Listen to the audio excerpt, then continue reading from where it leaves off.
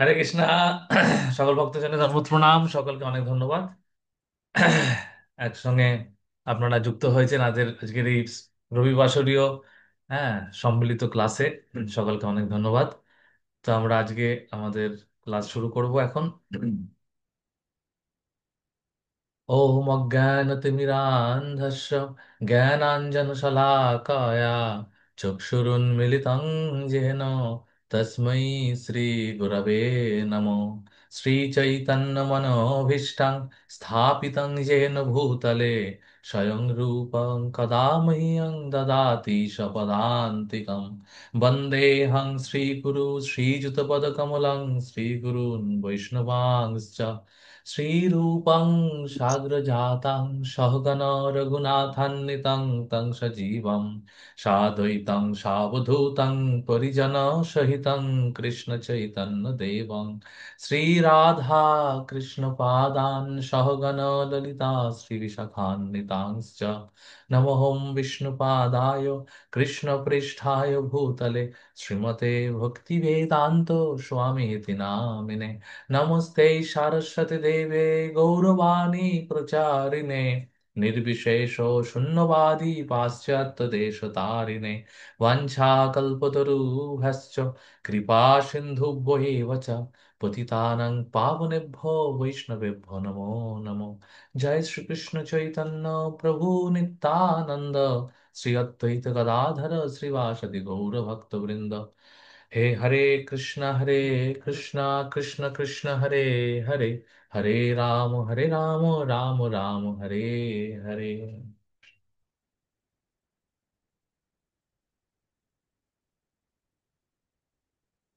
হরে কৃষ্ণা।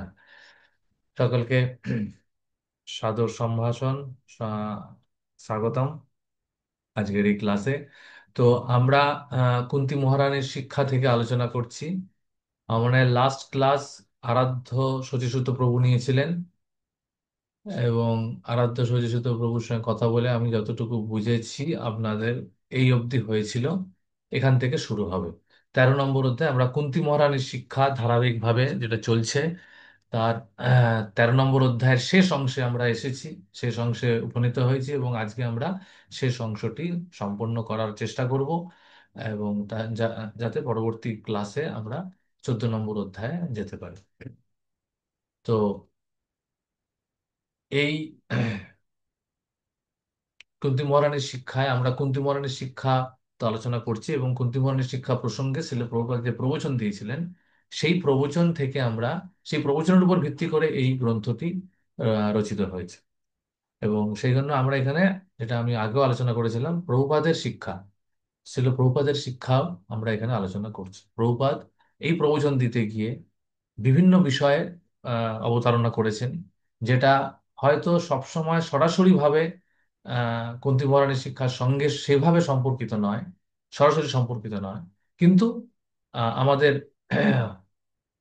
সামগ্রিক পারমার্থিক প্রগতির জন্য যেটি অত্যন্ত গুরুত্বপূর্ণ। এরকম অনেক বিষয়, শুধু আমাদের পারমার্থিক বলতে আমরা বলতে পারি সামগ্রিকভাবে সারা বিশ্বের পারমার্থিক চেতনার উন্নয়নের জন্য এই শিক্ষা অত্যন্ত গুরুত্বপূর্ণ।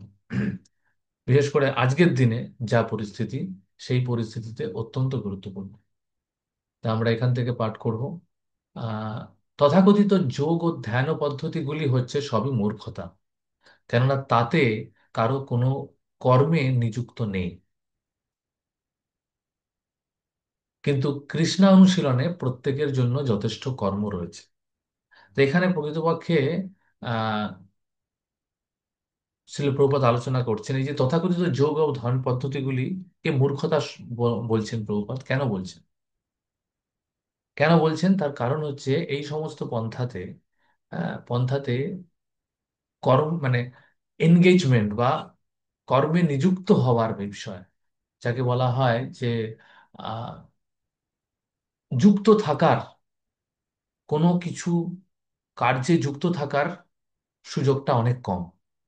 কারণ তথাকথিত যোগ এবং ধ্যান পদ্ধতিগুলি কি হচ্ছে, কিন্তু বর্তমানে আমরা দেখতে পারি যে বিভিন্ন রকম যোগ পদ্ধতি, যোগ পন্থা, ধ্যান পন্থা, বিভিন্ন রকম এই যে মানে যোগা স্টুডিও, এগুলি খুব এখন পপুলারিটি পাচ্ছে, জনপ্রিয়তা লাভ করছে সারা পৃথিবী। তার কারণ এটা থেকে একটা জিনিস বুঝতে পারা যায় যে এটা একটা পজিটিভ দিক যেটা আমি দেখতে পারি, ইতিবাচক দিক যেটা হচ্ছে, সেটা হচ্ছে যে বিশ্বের মানুষ বুঝতে পারছে, হ্যাঁ, যে এই যে তথাকথিত জড়জাগতিক সুখের মধ্যে প্রকৃতপক্ষে সন্তুষ্টি নেই। আমরা যেভাবে ইন্দ্রিয় দর্পণ, ইন্দ্রিয়র মাধ্যমে যে সুখ অনুভব করার যে চেষ্টা করা, সেই চেষ্টাতে তারা ক্লান্ত হয়ে, ব্যর্থ হয়ে, হ্যাঁ, হতাশ হয়ে তারা কিন্তু এই ধরনের অন্য কিছু পন্থা নিচ্ছে, যেখানে কি তারা কি ছিল, তারা অত্যন্ত অ্যাক্টিভ ছিল, তারা অত্যন্ত সক্রিয় ছিল, তারা ইন্দ্রিয়গুলোকে প্রচন্ড রকম ভাবে ব্যবহার করে করে তারা ক্লান্ত হয়ে গেছে। তখন তারা ভাবছে কি ইন্দ্রিয়ের ব্যবহার বন্ধ করে দিলে বুঝি আমরা অন্য একটা আনন্দ পাবো। সেই জন্য কিন্তু প্রকৃতপক্ষে এই যোগা এবং ধ্যান, এই জিনিসটা আসছে, এই জিনিসটা যে কিন্তু তাদের ধারণা এটাই যে এই যোগ এবং ধ্যানের মাধ্যমে কিছু করছি না, আমরা ইন্দ্রিয়গুলোকে সংযম করছি, চুপচাপ বসে ওম শান্তি ওম শান্তি, বা কিছু যোগা প্রণালী করছি। তা হ্যাঁ, তথাকথিত ইন্দ্রিয় তর্পণ বা এই যে মানে ভয়ঙ্কর রকম ইন্দ্রিয় তর্পণের যে উন্মত্ততা, তার থেকে এগুলো বেটার, তার থেকে এগুলো বেটার। কিন্তু প্রবাদ কেন মূর্খতা বলছে? কারণ প্রবাদ মূর্খতা এই কারণে বলছে, কারণ এইটা আলটিমেটলি আমরা যেহেতু প্রত্যেকেই সক্রিয় আত্মাস্তরে, সেই জন্য আমাদেরকে সেই সক্রিয় সক্রিয়তাটাকে আমরা বেশি দিন নিষ্ক্রিয়ভাবে রেখে ইন্দ্রিয়কে বা মনকে বেশি দিন নিষ্ক্রিয় রাখতে পারবো না, সেটা ইন্দ্রিয় বা মনের স্বাভাবিক স্থিতি নয়। সেই জন্য সেটা কার্যকর হবে না বেশি দিনের জন্য। কিছুদিনের জন্য সেটা ঠিক লাগবে, কিন্তু তারপরে সেটা আমাদের কার্যকর হবে না। এবং আলটিমেটলি যদি শিল প্রভুপাদ দেখছেন এটা, হ্যাঁ, কৃষ্ণ ভাবনামৃত বিকাশের দিক থেকে বা একজন জীবাত্মার, একজন জীবাত্মার আহ, প্রকৃত স্বরূপে, তার যে প্রকৃত স্বরূপত সে যে কৃষ্ণের, কৃষ্ণের সঙ্গে তার যে সম্বন্ধ, সেইটা বিকশিত করার ক্ষেত্রে এই পন্থাগুলি বর্তমান কলিযুগের পরিস্থিতিতে খুব একটা কার্যকর নয়, সেই কার্যকারিতা নেই। আর এখানে ছিল প্রপাত যেটা বলতে চাইছেন যে কর্মে নিযুক্ত না থাকা, তার কারণ এই যে আগের শ্লোকেই বলা হয়েছে আমাদের হৃদয় ও মন অত্যন্ত ক্রিয়াশীল হওয়ায় এই কৃত্রিম উপায়গুলি, এই যে শূন্যবাদী নির্বিশেষবাদী, এখান থেকেই আসছে, এখান থেকে। এবং বিশেষ করে এই যোগা স্টুডিও বা তথাকথিত যোগা এবং ধ্যান, ধ্যানা যে সংস্থাগুলি আছে, তারা বেশিরভাগ ক্ষেত্রে নির্বিশেষবাদী হয়ে থাকে, বেশিরভাগ ক্ষেত্রে। সেই জন্য প্রপাত বলছেন যে সেই এই ধরনের যোগপন্থা বা ধ্যানপন্থা আলটিমেটলি পরিশেষে আমাদের খুব একটা লাভের লাভ কিছু হবে না। কিন্তু কৃষ্ণানুশীলনে প্রত্যেকের জন্য যথেষ্ট কর্ম রয়েছে এখানে। এটা হচ্ছে বিষয় যে এটা বারবার আমরা বলছি কৃষ্ণানুশীলন। এই জন্য প্রপাত বলেছেন ভক্তিকে তিনি ডিভোশনাল সার্ভিস হিসেবে বলেছেন। ভক্তি কোনো একটা শুধুমাত্র ইমোশন, হ্যাঁ ভক্তি একটা ইমোশন, কিন্তু ইমোশনটা শুধুমাত্র আমরা মনের মধ্যে পুষে রাখার বিষয় নয়, ইমোশনটা বাইরে প্রকাশ করার বিষয়। সেটা প্রকাশিত হবে কিছু কার্যের মাধ্যমে, এবং সেই কার্যটা হচ্ছে কৃষ্ণানুশীলন। প্রত্যেকের জন্য যথেষ্ট কর্ম। এই জন্য আমাদের কৃষ্ণ ভাবনামৃত আন্দোলনের যে মন্দির আমরা দেখতে পাই, সেখানে সব সময় লোকারণ্য, প্রচুর লোকের সমাগম হচ্ছে, কিছু না কিছু কার্যক্রম চলতেই থাকছে, একটার পর একটা। সেটাই প্রভু বলছেন, সকাল থেকে শুরু হচ্ছে, রাত 10টা অব্দি কার্যক্রম চলছে, একটার পর একটা বিভিন্ন কিছু চলতেই থাকছে, চলতেই থাকছে। আর সব সময় কিছু না কিছু কার্যক্রম নিয়ে মন্দিরের সমস্ত ভক্তরা সব সময় ব্যস্ত। এই যে কর্মব্যস্ততা আমাদের মন্দিরে দেখা যায়, শুধুমাত্র বিগ্রহকে সামনে রাখা হয়েছে, শুধু বিগ্রহকে কেন্দ্র করে পুজো হচ্ছে, আর একজন আসছে দর্শন করতে চলেছে, তা নয়। আমাদের অনেক কিছু কার্যক্রম চলছে, একটা অ্যাক্টিভিটি শেষ হচ্ছে তো আরেকটা অ্যাক্টিভিটি শুরু হচ্ছে। যেরকম আমাদের বর্তমানে এতদিন ধরে দামোদর উৎসব চললো, দামোদর উৎসব শুরু শেষ হচ্ছে না, হতে না হতেই চলে আসছে বুক ম্যারাথন। এখন সারা পৃথিবীব্যাপী ইসকনের মন্দিরের সমস্ত ভক্তরা, হ্যাঁ, কর্তৃপক্ষরা, লিডাররা এখন বুক ম্যারাথন নিয়ে মেতে উঠেছে। এতদিন ছিল দামোদর মাস, কার্তিক মাস, কার্তিক ব্রত, দীপদান, এই নিয়ে মেতেছিলাম। তা এইটা হচ্ছে ব্যস্ততা, একটার পর একটা ব্যস্ততা। এরপরে এই এই মাস শেষ হবে, বুক ম্যারাথনের মাস শেষ হবে, গৌর পূর্ণিমা নিয়ে শুরু হবে। গৌর পূর্ণিমা মানে সারা পৃথিবীর মানুষ মেতে উঠবে। এক এক একটা এই এই উৎসব, সেই উৎসবকে কেন্দ্র করে, হ্যাঁ, মায়াপুরের যাত্রা শুরু হবে, ভক্তরা মায়াপুর যাবে, মায়াপুরে হ্যাঁ বিশাল একটা ব্যবস্থা, অবস্থা শুরু হবে। তা এই যে বিষয়টা, ইচ্ছা করে এখানে একটা লরি রেখে দিয়েছে, গিয়ে দেখ একটু। এ রে, তো এই হচ্ছে ব্যাপার। তা এই জন্য আমাদের যেটা দরকার, কৃষ্ণানুষ্ঠানে প্রত্যেকের জন্য যথেষ্ট কর্ম রয়েছে। যেমন প্রভুপাদ সবসময় চাইতেন প্রত্যেকটি ভক্ত যেন কোনো না কোনো সেবায় নিযুক্ত থাকেন, কেউ যেন ফাঁকা বসে না থাকে। কারণ প্রভুপাদ বারবার এটা কোট করেছেন। হ্যাঁ, আহ, কি বলা হয় ওটা, আহ, অলস মস্তিষ্ক শয়তানের বাসা, এটা বারবার প্রভুপাদ কোট করেছে। তো সেজন্য আমাদের সবসময় বুঝতে হবে যে আমরা যেন কৃষ্ণ ভাবনামৃত কোনো অলসতার সুযোগ দেয় না। অন্তত ছিল প্রভুপাদ যেভাবে কৃষ্ণ ভাবনামৃতকে সারা পৃথিবীতে উপস্থাপন করেছেন, সারা আন্তর্জাতিক মঞ্চে যেভাবে ছিল প্রভুপাদ উপস্থাপন করেছেন, সেখানে অলসতার কোনো সুযোগ নেই। তো এখানে সেটাই বলা আছে। এবং সেখানে কার্যক্রমগুলো কি কি?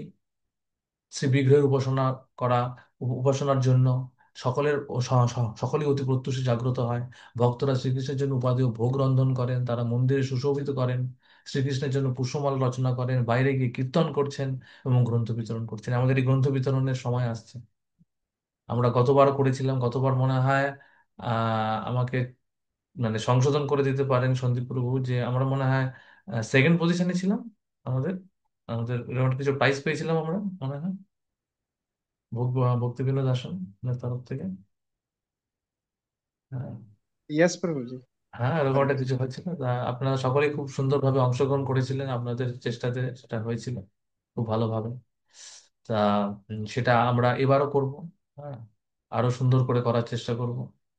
এবং এইভাবে আমরা প্রত্যেকটা মানে মুহূর্তকে আমরা দেখতে হবে, হ্যাঁ, যেন আমরা সঠিকভাবে কৃষ্ণ ভাবনামৃত সেবায় নিযুক্ত থাকতে পারি। দিনের 24 ঘন্টাই তারা সম্পূর্ণভাবে কৃষ্ণ কর্মে নিযুক্ত। এবং তাই, এবং নিযুক্ত হওয়ার পরে কি তাই তাই পাপময় জীবন ত্যাগে তারা সক্ষম হচ্ছে, পাপ করার সময় নেই। আমি যদি আমার 24 ঘন্টাকে এমন ভাবে প্যাক করে রাখি, কর্মব্যস্ত করে রাখি, কৃষ্ণ কৃষ্ণ কৃষ্ণ সম্পর্কিত কর্মে ব্যস্ত করে রাখি, আমি পাপ করার চিন্তা আসলেও সময় পাবো না। আর এটার একটা খুব সুন্দর দৃষ্টান্ত আমরা আগেও আলোচনা করেছি, সেটা হচ্ছে হরিদাস ঠাকুর দেখাচ্ছেন। হরিদাস ঠাকুর, হ্যাঁ, আমরা হরিদাস ঠাকুরকে কখনোই অনুকরণ করতে পারি না, কিন্তু আমরা প্রিন্সিপালটা নেব। প্রিন্সিপালটা এখানে শিল প্রভুপাদ বলছেন যে আমাদের রুটিন, দিনের দৈনন্দিন রুটিন যেন এমন হয় যে যেখানে সেখানে মায়া কোনো রকম সুযোগই না পায়। মায়াকে যদি সামান্য একটু সুযোগ দিলে, হ্যাঁ, যাকে শিল প্রভুপাদ যেটা বলেছেন, সূচ হয়ে ঢুকে ফাল হয়ে বেরোবে, এটা বাংলায় কথা আছে না, সেটা করে দেওয়া হবে। আমরা বুঝতেও পারবো না, এত সূক্ষ্মভাবে করবে। আর মায়া জানে, মায়া দেবী জানে আমাদের কোন জায়গায় আহ দুর্বলতা আছে। আর আমাদের সবারই দুর্বলতা একটা জায়গাতেই থাকে, অনেক ক্ষেত্রে, বেশিরভাগ ক্ষেত্রে হয়ে আসে যে আমরা একটা সময় খুব কমপ্লেসেন্ট, আত্মতুষ্টিতে ভুগতে শুরু করি। হ্যাঁ, আমি তো কৃষ্ণ ভবনেতে এসে গেছি, আমি তো এখন হরিনাম করছি, আমি এখন দীক্ষা হয়ে গেছে, আমি তো এখন রেগুলার ক্লাস করতে, আমি তো সপ্তাহে একদিন ক্লাস করতে যাচ্ছি, হ্যাঁ, আমি তো সবকিছু যা যা আমার থেকে এক্সপেক্টেড চার নিয়ম পালন করছি, সবকিছু যা যা করছি সব টিক মারা হয়ে গেছে, আর কি করার আছে। এবার তখনই হয় কি, তখনই মায়া দেবী আমাদেরকে কৃষ্ণ ভাবনামৃতকে ডিপ্রায়োরিটাইজ করার একটা বিভিন্ন রকম ফাঁদ পাততে থাকে। তখন আমরা কি করি, অনেক সময় ডিপ্রায়োরিটাইজ করতে থাকি। হ্যাঁ, এখন তো জানি, আমি তো জানি, ঠিক আছে, আমি কৃষ্ণের নিত্য দাস, আমি জানি। কিন্তু জানাটাই শেষ নয়, আমাদের সেই অনুযায়ী আমরা কার্যে নিযুক্ত কতটা আছি। তাই আমি একটা ছোট্ট ছোট্ট একটা অ্যাসেসমেন্ট নেব। আপনারা চ্যাটে লিখবেন, চ্যাটে আপনারা লিখবেন বা টাইপ করবেন, বা আপনারা খাতায় লিখতে পারেন, যে কোনো জায়গায় কোথাও একটা আপনারা লিখুন, নোট করুন যে আপনারা সকাল থেকে উঠে রাত্রে শোয়া পর্যন্ত বা আজকের দিনে কি কি সেবা করেছেন, কতক্ষণ ভগবানের সেবায় নিযুক্ত ছিলেন, সেটা একবার লিখুন। বলতে হবে না, আপনারা লিখুন। লেখার পর আমি কিছু প্রশ্ন করব, সেগুলো উত্তর দিতে হবে। ঠিক আছে? আমি 7টা 16 বাজে এখন, 7টা 16, 2 মিনিট সময় দিলাম। 2 মিনিট লিখুন, জাস্ট চিন্তা করুন যে আজকে সকালবেলা ঘুম থেকে ওঠা থেকে শুরু করে এখনো পর্যন্ত আমি কতটা সময় কৃষ্ণের জন্য লাগাইছি, প্রয়োগ করেছি। ঠিক আছে? তাহলে আমরা বুঝতে পারবো যে আমরা কতটা কর্মে নিযুক্ত আছি, আর কতটা আমাদের নিযুক্তিকরণ আমাদের বাড়াতে হবে। ঠিক আছে, এই এক্সারসাইজটা আমরা করতে পারি সকলে। একটু চিন্তা করুন, একটু লিখুন, কোথাও লিখুন, কিছু করুন। এবং আমাকে মানে কতটা কি কেউ মানে ওভাবে বলতে হবে না, কিন্তু আমরা নিজেরা চিন্তা করব। ঠিক আছে।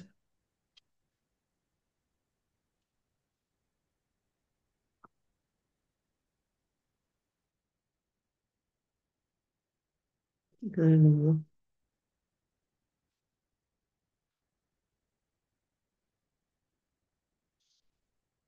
উম,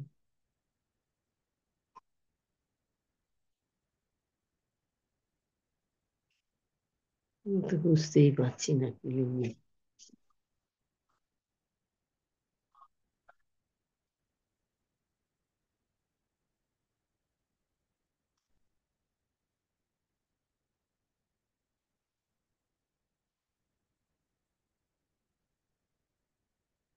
পারছি না লিখতে।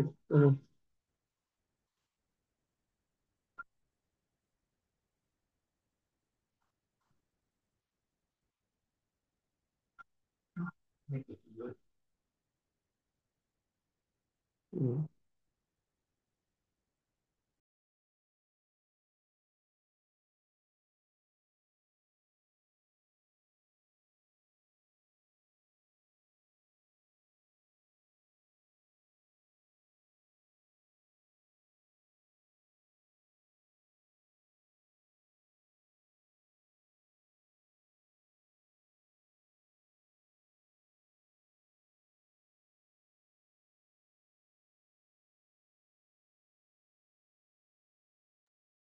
হরে কৃষ্ণা।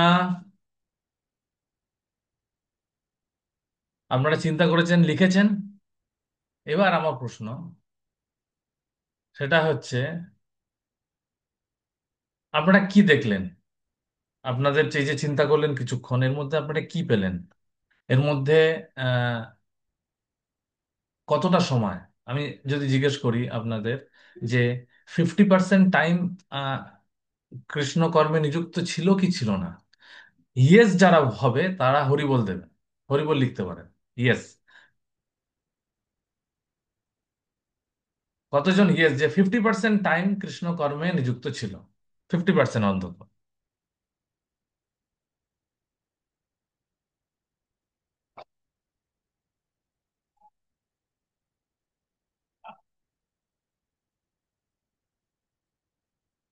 27 জনের মধ্যে 2জন হরিবোল দিয়েছেন, আর আরো আমাকে শ্রাবণী মাতাজি দিয়েছেন। ওকে।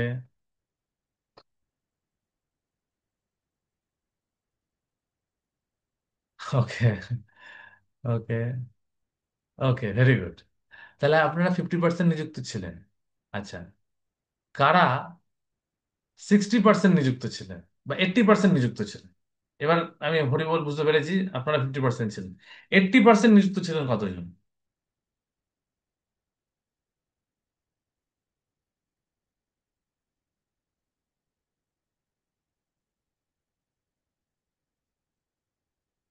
ওকে, ভেরি গুড। তো আমার বলার বক্তব্য এটা, যে এইভাবে আমাদেরকে কিন্তু আহ, একটা অ্যাসেসমেন্ট করা দরকার মাঝে মাঝে। কারণ অনেক সময় কি হয়, আমরা আমাদের ভক্তি জীবন চলতে থাকছে, গতানুগতিক চলছে, কিন্তু আমরা সব সময়, কারণ আমরা কলিযুগে আছি।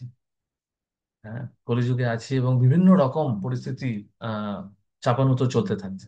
এই চাপানোতর পরিস্থিতির মধ্যে আমরা কৃষ্ণ ভাবনামৃতটাকে কোথায়, আমাদের কৃষ্ণ ভাবনামৃত কোথায় দাঁড়িয়ে আছে সেটা বোঝাটা বা সেটা অ্যাসেস করা, সেটার মূল্যায়ন দরকার। আত্মমূল্যায়ন, এটা এটা কাউকে বলার জন্য না, নিজের কাছে। দিনের শেষে, সপ্তাহের শেষে, বা যেটা হয় একাদশীর, একাদশীর দিন, ভক্তি ভক্তি বিনোদ ঠাকুর বলেছেন একাদশীর দিন আমাদের উচিত, হ্যাঁ, সিংহাবলোকন করা। সিংহাবলোকন করা মানে হচ্ছে যে, হ্যাঁ, একটা হচ্ছে birds eye view. Birds eye view মানে হচ্ছে ওপর থেকে ওভারঅল দেখা, সারা বছরে কিরকম চলছে, অনেকটা সময়ের জন্য কিরকম চলছে, 5 বছর আমি কিরকম ভক্তিতে ছিলাম, সেটা একটা বার্ডস আই ভিউ হয়। আর সিংহ অবলোকন মানে হচ্ছে যে জাস্ট ফোকাস, আমার আমার আমি আমি পিছনের দিকে তাকিয়ে দেখব সামনের একাদশী থেকে এই একাদশীতে আমার সাধনার জায়গায় আমি কোথায় দাঁড়িয়ে আছি। ঠিক আছে। এই সাধনার জায়গাটার মধ্যে দিয়ে আমরা বুঝতে পারবো যে আমরা কতটা কৃষ্ণ কর্মে নিযুক্ত হওয়ার চেষ্টা করেছি, অ্যাটলিস্ট কোয়ান্টিটিটিভ, পরিমাণগত ভাবে। কোয়ালিটেটিভলি ব্যাপারটা তো পরে আসছে। ঠিক আছে, যে আমার চ্যান্টিং এর কোয়ালিটিতে আমি 10-এর মধ্যে নিজেকে কত দিতে পারি। হ্যাঁ, আমি এবার এবার কথা হচ্ছে যে এই যে কাজকর্ম, এই যে আমি 80% বা 60% আমি ছিলাম, তার মধ্যে আমি কি কি করেছি। আমি প্রভুপাদের বই কতটা পড়ছি, আমি, হ্যাঁ, কতটা সময় প্রভুপাদের প্রবচন বা সারা দিনে আমি কতক্ষণ মানে প্রবচন শোনার জন্য সময় দিতে পারছি, প্রভুপাদের গ্রন্থ অধ্যয়ন করতে সময় দিতে পারছি, ভগবানের অর্চনে কতটা সময় দিতে পারছি। মাতাজিদের ক্ষেত্রে অনেক সুযোগ সুযোগ বেশি, তার কারণ তারা সারাদিন বাড়িতে আছেন, সরাসরি ভগবানের সেবা করার সুযোগ আছে। হ্যাঁ, আমরা যারা বাইরে বেরোচ্ছি কাজ করছি সেটাও কৃষ্ণের জন্যই করছি, কিন্তু সেটা ইনডাইরেক্টলি। সেখানে আমাদের দেখার দরকার যে আমরা আমাদের উপার্জনের কতটা অংশ, হ্যাঁ, ভগবানের সেবাতে লাগাচ্ছি, কতটা অংশ ভগবানের জন্য দান দিতে পারছি। এই জিনিসগুলো আমাদের দায়িত্বের মধ্যে পড়ে, একজন গৃহস্থদের দায়িত্বের মধ্যে পড়ে। তাই এই জিনিসগুলো যখন আমরা ভাববো তখন আমরা বুঝতে পারবো যে আমরা কতটা নিযুক্ত হতে পারছি। আর সেইটার উপরে নির্ভর করছে যে আমরা আমাদের আমাদের পাপ করার সুযোগ আমরা কতটা কমাচ্ছি। কারণ পাপ করার প্রবণতা বা পাপ করার সুযোগ কিন্তু এই জড়জগতে প্রত্যেক মুহূর্তে আসছে। এটা কিন্তু এমনিতে বলে আমরা আমরা হয়তো আমরা 4 নিয়ম পালন করছি। হ্যাঁ, 4 নিয়ম আমরা গ্রসলি পালন করছি, 4 নিয়ম গ্রসলি পালন করাটা ঠিক আছে, কিন্তু মনের মধ্যে পাপের প্রবণতা কি যাচ্ছে, সেটা হচ্ছে সবচেয়ে গুরুত্বপূর্ণ।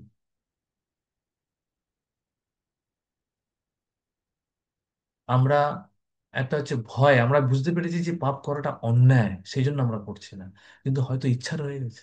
সেই জন্য এর আগের অনুচ্ছেদে প্রপদ বলছেন পরম দৃষ্টা নিবর্ততে, যখন আমাদের মধ্যে একটা উন্নততর স্বাদ আস্বাদন করবো, তখন আমরা এগুলোকে করতে পারবো ঠিকভাবে। যেরকম আমরা বলছিলাম, যে আলোচনা করছিলাম, যে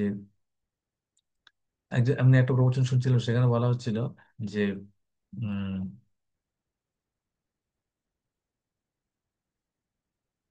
আমরা অনেক কিছু জানি। এটা ভালো করে শুনুন, এটা খুব গুরুত্বপূর্ণ একটা বিষয়। আমরা অনেক কিছু জানি, ঠিক আছে, অনেকে অনেক কিছু জানে, কিন্তু সবাই সেটা করে না। কেন করে না? তার কারণ হচ্ছে আমরা সেই জিনিসগুলি করি যেই জিনিসগুলো করার ক্ষেত্রে আমাদের ভালো লাগার একটা জায়গা তৈরি হয়েছে, সেই জিনিসগুলোই আমরা করি। আমরা জানতে পারি অনেক কিছু, কিন্তু আমরা করি সেইগুলো।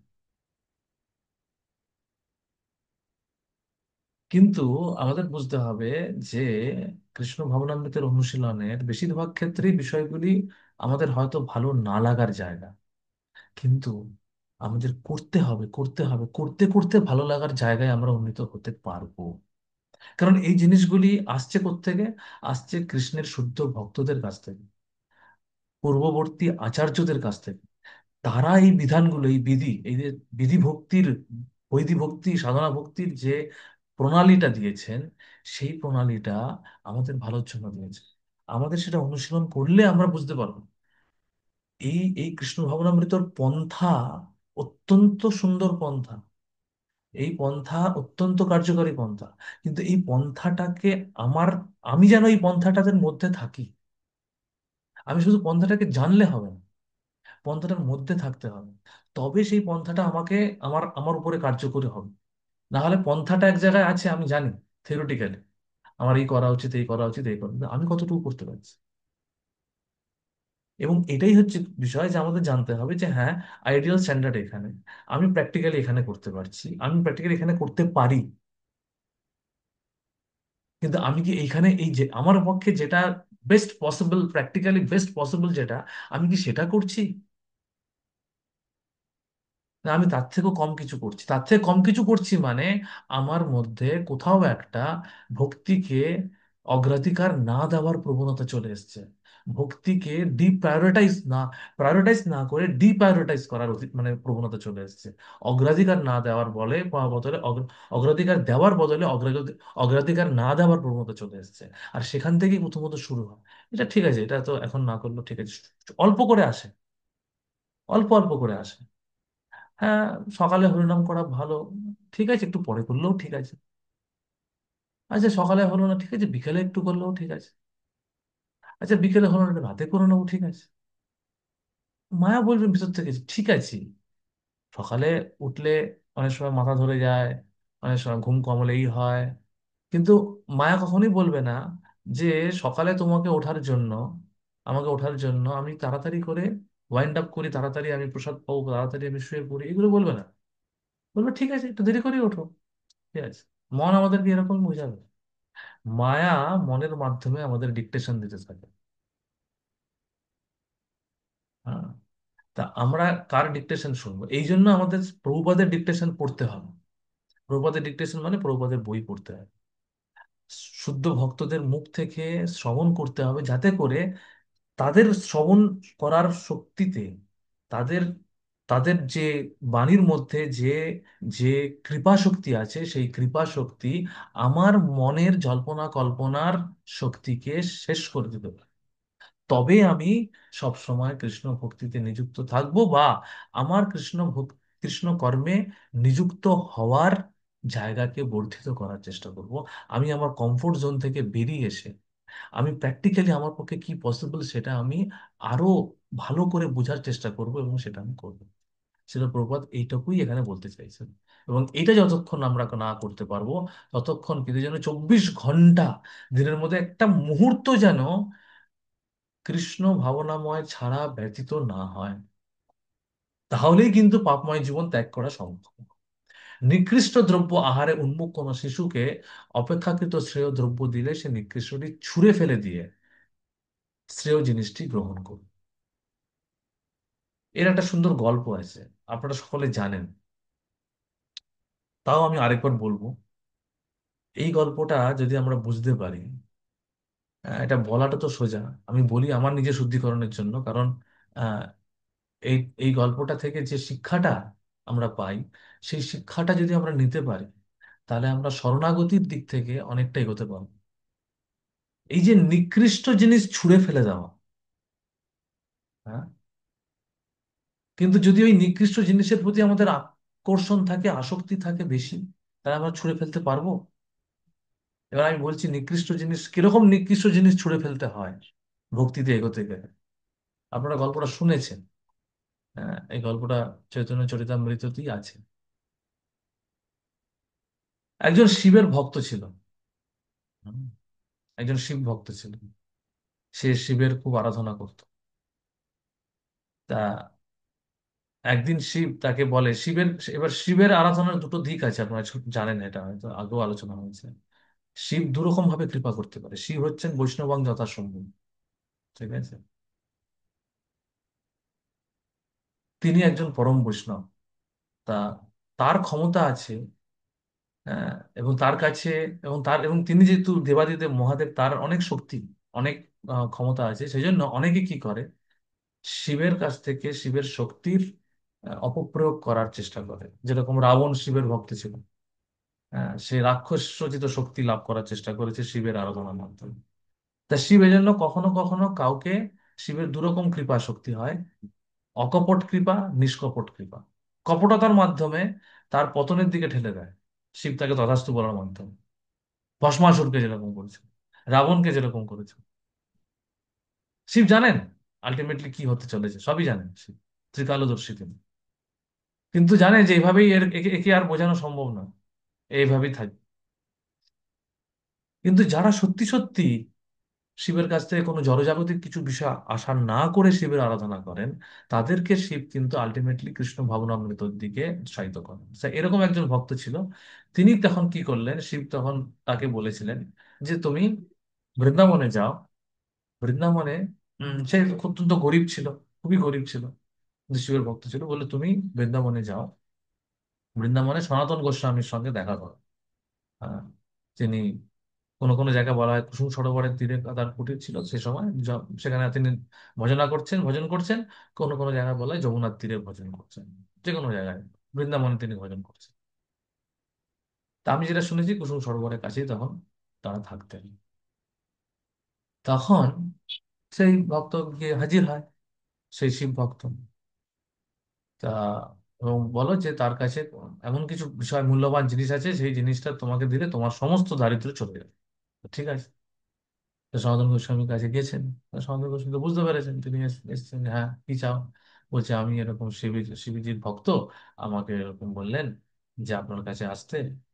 তা বললেন হ্যাঁ। তা বলছে আপনার কাছে কোনো মূল্যবান জিনিস আছে যেটার দ্বারা আমার সমস্ত দারিদ্রতা দুঃখ কষ্ট সব চলে যাবে? বলছে হ্যাঁ আছে। বলছে তাহলে আমাকে দিন, আমাকে যেহেতু বলেছেন আপনি আমাকে দেবেন। বলছে হ্যাঁ আছে, ওই ডাস্টবিনে, ডাস্টবিনে যাও, ওই ডাস্টবিনটা থেকে সরাও, ডাস্টবিনটার তলায় কিছু একটা পাবে, তুমি খোঁজো একটুখানি। তা বলে সনাতন গোস্বামী চ্যান্টিং করছেন, আর সেই ডাস্টবিন খুঁজছে, সেই ডাস্টবিন থেকে ময়লা ফয়লা মানে পুরো আলাদা আলাদা করে, হ্যাঁ, তলায় একটা দেখছে কিছু একটা পাথরের মতন কিছু চকচক চক করছে, একটা পাথরের মতন। তা সেটাকে বার করেছে, নিয়ে আসছে। বলছে হ্যাঁ, বলছে আপনি এটা বলতে, বলছে হ্যাঁ। বলছে এটা কি? বলছে পরশ পাথর। পরশ পাথর কি? মানে যেটাকে, যাকে তুমি যা টাচ করবে সেটাই শোনা হবে। সেটা শুনে খুব আনন্দ, সে তো নাচতে নাচতে একেবারে চলে গেছে, নাচতে নাচতে চলে গেছে তার বউর কাছে এসেছে। বউকে বলছে আমি এরকম আমার শিবের কাছ থেকে বর পেয়েছি, তার মাধ্যমে আমি সনাতন গোস্বামীর কাছ থেকে এই পাথর পেয়েছি, পরশ পাথরটা যদি দেখো এই সোনা হয়ে যাচ্ছে। তা বউ খুশি, হ্যাঁ এই সোনা হয়ে যাচ্ছে, সব গয়না গাটি, মেয়েরা যেটা হয় আর কি, গয়না গাটি পেলে বেশি খুশি হয় বেশিরভাগ ক্ষেত্রে। তা খুব খুশি, সব খুশি। তখন তার বউ তাকে জিজ্ঞেস করছে, তার স্ত্রী তাকে জিজ্ঞেস করছে যে এটা তুমি কিভাবে হলো, ডিটেলসে বলো, ব্যাপারটা কি গল্প হলো, দারুণ ব্যাপার। তখন তো বলছে যে এরকম আমি ওরকম গেলাম, হ্যাঁ সনাতন গোস্বামীর কাছে চাইলাম। তা উনি তখন আমাকে বললেন যে এরকম ডাস্টবিনের মধ্যে এরকম আছে, তুমি খুঁজে নাও। বলছে ডাস্টবিনের মধ্যে থেকে? বলছে হ্যাঁ, ডাস্টবিনের মধ্যে থেকে। বলছে তোমাকে ডাস্টবিনের মধ্যে থেকে কিছু একটা জিনিস দিল, তুমি সেটা নিয়ে চলে আসলে? আরে মূর্খ আমার স্বামী, তুমি তাহলে এটা বোঝার চেষ্টা করো, সনাতন গোস্বামীর কাছে যদি ডাস্টবিনে পড়ে থাকা এরকম একটা জিনিস থাকে, তাহলে ওনার অ্যাকচুয়াল, ওনার যে যে লকার, ওনার যে ওনার নিজের কাছে, ওনার নিজের কাছে যত্ন সহকারে নিশ্চয়ই আরো কিছু মূল্যবান জিনিস আছে, সেটা তো নিয়ে আসতে হয়। এই ডাস্টবিন তোমাকে বললো, তুমি ডাস্টবিন থেকে নিয়ে চলে এলে কুড়িয়ে। বলছে হ্যাঁ এই তো তুমি ঠিক বলেছো। বলছে তুমি এইটা নিয়ে ফিরে যাও, গিয়ে তুমি বলো যে আপনার কাছে নিশ্চয়ই অন্য কিছু মূল্যবান জিনিস, না হলে যার কাছে যদি এর থেকেও কিছু মূল্যবান জিনিস না থাকে, তাহলে সে এই জিনিসটাকে কি ডাস্টবিনে ফেলতে পারে? বলছি ঠিক ঠিক ঠিক ঠিক। আর সে গিয়ে হাজির হয়েছে।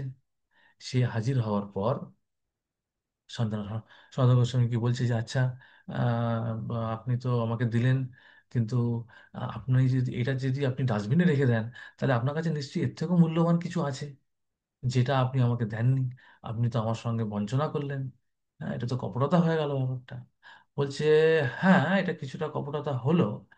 তা বলছে তোমার কি সেই আমার কাছে যেই আসল মূল্যবান জিনিসটা আছে সেটা তোমার চাই? বলছে হ্যাঁ আমার চাই। বলছে তাহলে প্রথমে এই যে পরশ পাথর, এই পরশ পাথরটাকে কুসুম সরোবরে ছুঁড়ে ফেলে দিয়ে আসতে হবে। বলছে হ্যাঁ ফেলে দিয়ে আসবো। এবার আপনি চিন্তা করুন, আমাদেরকে যদি এরকম কোনো অপশন দেওয়া হয়, আমরা কি করব? ভালো করে নিজের দিকে তাকিয়ে চিন্তা করুন, আমরা কি পারবো এই পরশ পাথর, যার শক্তি আমি দেখে নিয়েছি, এই পরশ পাথর দিয়ে সবকিছু শোনা হয়ে যেতে পারে। বাংলায় সত্যজিৎ রায় একটা পরশ পাথর বলে সিনেমা করেছে, সিনেমা আছে, তুলসী তুলসী কি যেন নাম ছিল, তুলসী চক্রবর্তী সেই পরশ পাথর নিয়ে ঘুরে বেড়াচ্ছে, যাই টাচ করছে তাই শোনা হয়ে যাচ্ছে। আমরা কি ছুঁড়ে ফেলতে পারবো? তাই এটা হচ্ছে শরণাগতি, প্রতিকূল্যস্য বর্জনম। এই প্রতিকূল্যস্য বর্জনম, নিকৃষ্ট জিনিসকে ছুঁড়ে ফেলে দেওয়া। কারণ আমাদের রাতারাতি কিন্তু উৎকৃষ্ট জিনিসের প্রতি রুচি তৈরি হয়নি বা হবে না, কিন্তু তারপরেও আচার্যদের বাক্যের উপর ভরসা করে নিকৃষ্ট জিনিসকে আমরা কি ছুঁড়ে ফেলতে পারছি? এইটা আমাদেরকে প্রশ্ন করতে হবে। এখানে শিল প্রভুপাদ সেটা বলছেন।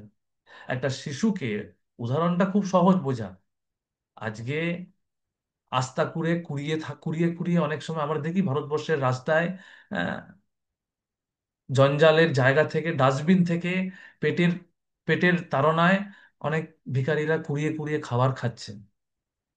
তাদেরকে যদি ফুলকো লুচি দেওয়া হয়, ডেকে বলা হয় যে হ্যাঁ আজকে ভান্ডারা হচ্ছে, এখানে আমরা খাওয়াচ্ছি প্রসাদম, চলে আসো, তারা তখন সেটা হয়তো ফেলে দিয়ে চলে আসবে। কারণ তারা জানে যে এই খাবারের থেকে ওই খাবারের স্বাদ বেশি। কিন্তু আমরা তো জানি না। তা আপনারা জানেন সেখানে সনাতন গোস্বামী তাকে কি দিয়েছিলেন? সেটা ছুঁড়ে ফেলে আসার পর সনাতন গোস্বামী তাকে হরিনাম দিয়েছিলেন। এই নাম চিন্তামণি, হরিনাম চিন্তামণি। চিন্তামণি হচ্ছে আরো চিন্তা করার সঙ্গে সঙ্গে সেটা হবে। এখানে তো পরশ পাথরকে স্পর্শ করাতে হবে স্থূলভাবে। আর এখানে চিন্তামণি যেটা হরিনাম, চিন্তা হরিনামের সঙ্গে সঙ্গে আমি যাই চিন্তা করব তাই হবে। এরকম ক্ষমতা আছে হরিনাম। চিন্তা করলেই হয়ে যাবে, কিছু টাচ করাতে হবে। চিন্তার শক্তিতে সেটা সম্ভব। এই জন্য হরিনাম চিন্তামণি বলা। কিন্তু সেই হরিনাম চিন্তামণির প্রকৃত টেস্ট কি আমরা পেয়েছি? এবং কেন পাচ্ছি না? তার কারণ ভক্তির যে দুয়ার, সেই ভক্তির দুয়ার আমি আগেও আলোচনা করেছি। ভক্তির গেটওয়ে, এন্ট্রি গেট হচ্ছে শরণাগতি। আর শরণাগতির প্রথম ধাপ হচ্ছে, প্রথম মানে দ্বিতীয় বা প্রাথমিক স্তরের যে ধাপ, সেটা হচ্ছে প্রতিকূল্যস্য বর্জনম আনুকূল্যস্য গ্রহণম। হুম। এই প্রতিকূল বস্তু ত্যাগ করা। প্রতিকূল বস্তু মানে হচ্ছে জড়জাগতিক যেই অতিরিক্ত বিষয়, আমার যেটা দরকার নেই। পরস্পরের প্রকৃতপক্ষে কারোরই দরকার নেই। ঠিক আছে? সবকিছুই সোনা করে দেওয়ার মাধ্যমে আমরা সুখী হতে পারবো না। তা এটাই হচ্ছে বিষয়, যে নিকৃষ্ট জিনিস আমরা আচার্যদের, গুরুদেবের, শিল প্রভুপাদের নির্দেশ অনুযায়ী, তাদের বাণীর যে কৃপা শক্তি, সেই কৃপা, সেই বাণীর উপর ভরসা করে আমরা কি ছুঁড়ে ফেলতে পারছি কতটা? আর সেটা যতটা পারবো ততটাই কিন্তু আমরা টেস্ট পাবো, ততটাই আমাদের শরণাগতি হবে। আমাদের শরণাগতির মাত্রাটা এই বিষয়টার উপর নির্ভর করছে। আমি কি বোঝাতে পারলাম? তো এটা একটা গুরুত্বপূর্ণ শিক্ষা, যেটা সনাতন গোস্বামী এবং দেবাদিদেব শিব আমাদের দিয়েছেন এই লীলার মাধ্যমে। যে, এবং তারপরে আমি শুনেছি ওই কুসুম সরোবরে নাকি আর্কিওলজিক্যাল সার্ভে করে চেষ্টা করেছে ওরকম পরশপাথর খোঁজার, কিন্তু তারা পায়নি। আমি শুনেছি এরকম কেউ একজন আমাকে বলেছিলেন, যেখানে ফেলেছিল সেখানে নাকি তারা সার্ভে করে খোঁজার চেষ্টা করেছে কিন্তু পায়নি। তো যাই হোক, কারণ সনাতন গোস্বামী জানতেন কিভাবে পরশপাথর তৈরি করতে হয়। He he knows the formula. He knows the formula. Formula কাছে ফর্মুলা জানা ছিল। হি ওয়াজ, মানে উনি একজন মানে খুব বিজ্ঞ, অত্যন্ত জ্ঞানী ব্যক্তি ছিলেন, এবং তিনি জানতেন কিভাবে পরশপাথর বানাতে হয়। মেটালজিক্যাল ফর্মুলা তার জানা ছিল। তো যারা মেটালজিস্ট নিয়ে ইন্টারেস্টেড তারা সনাতন গোস্বামীর সঙ্গে যোগাযোগ করতে পারে। তো যাই হোক, তা কিন্তু তারা সেগুলোর প্রতি আকৃষ্ট ছিলেন, এবং সেই দিয়ে তিনি মন্দিরও বানাননি। ঠিক আছে? সনাতন গোস্বামী যে মন্দির, মদন মোহন মন্দির, পরশ পাথর দিয়ে তিনি একদিনে বানাতে পারতেন, বানাননি। ভগবানের অ্যারেঞ্জমেন্টের উপরে নির্ভর করেছিলেন। যখন সেই, হ্যাঁ, লবণ লবণ ব্যবসায়ী আটকে গেল যমুনায়, তার কাছে সাহায্য পেল, তখন সেই লবণ ব্যবসায়ীর মাধ্যমে যখন মদন মোহন চাইলেন, মদন মোহনকে যখন তিনি নুন দিচ্ছিলেন না, তখন মদন মোহন যখন সেই লীলার মাধ্যমে ব্যবস্থা করলেন, তখন সেই ব্যবস্থার মাধ্যমে তিনি গ্রহণ করেছেন। কিন্তু তিনি চাইলে একদিনে পারতেন। এটা হচ্ছে ব্যাপার। তো এখান থেকে অনেক কিছু শিক্ষার আছে। তা এটা আমাদের মনে রাখতে হবে। এই জন্য এই নিকৃষ্ট জিনিস ছুঁড়ে ফেলার উপরে নির্ভর করছে আমরা কৃষ্ণ ভাবনামৃতর উৎকর্ষতা। এই যে কৃষ্ণ অনুশীলনে, তাই কৃষ্ণ অনুশীলনে আমরা উৎকৃষ্ট কর্ম, উৎকৃষ্ট জীবন, উৎকৃষ্ট তত্ত্বজ্ঞান, উৎকৃষ্ট ভাবনা, সবকিছুই উৎকৃষ্ট দান করছে। ছিল প্রভুপাদ এবং কৃষ্ণ ভাবনামৃত আন্দোলনের মাধ্যমে আমরা এগুলো পাচ্ছি। কিন্তু আমরা সেগুলি কতটা মূল্য দিতে পারছি, সেটা আমাদের শরণাগতির উপর নির্ভর করছে। এইভাবে ভগবত ভজনকারীরা পাপ কর্ম ত্যাগ করে কৃষ্ণ ভাবনায় উন্নীত হন। তাহলে কৃষ্ণ ভাবনায় উন্নীত হওয়ার জন্য আমাদের এই নিকৃষ্ট বিষয় মানে হচ্ছে প্রথমত পাপ কর্ম থেকে বিরত হওয়া। এই পাপ কর্ম থেকে বিরত হওয়া এবং প্রতিকূল কার্য, এগুলো হচ্ছে প্রতিকূল কার্য। হ্যাঁ, চার নিয়ম পালন করাটা হচ্ছে প্রতিকূল কার্য। ঠিক আছে? চার নিয়ম পালন করছি মানে আমি নিকৃষ্ট জিনিসকে বাদ দিচ্ছি। আর তার সঙ্গে সঙ্গে আরো যে প্রতিকূল জিনিস কি কি বলা হয়েছে, উপদেশামৃত আপনারা তো সকলেই পড়ে নিয়েছেন। উত্তাহার প্রয়াসশ্চ প্রজল্প নিয়মাগ্রহ জনসংগশ্চ লৌলাঞ্চ সদভির ভক্তির বিনশ্যতি। তাহলে এই ভক্তি বিনাশকারী বিষয়গুলি, ছটি বিষয় ত্যাগ করতে হবে। প্রত্যাহার, প্রয়াস, প্রজল্প, নিয়মাগ্রহ, জনসংগ, লৌলম। এই 6টি জিনিস ত্যাগ করার কথা বলা হচ্ছে। তাই এইভাবে আমাদের বুঝতে হবে যে আমরা আহ ত্যাগ করতে পারছি কি। আচ্ছা, এবার নেক্সট প্যারাগ্রাফটা আপনারা কেউ পড়ুন, আমি পড়ছি অনেকক্ষণ। সমগ্র জীবকুলকে কৃষ্ণ ভাবনায় উন্নীত করার প্রয়াস, এটা কেউ একজন পড়ুন।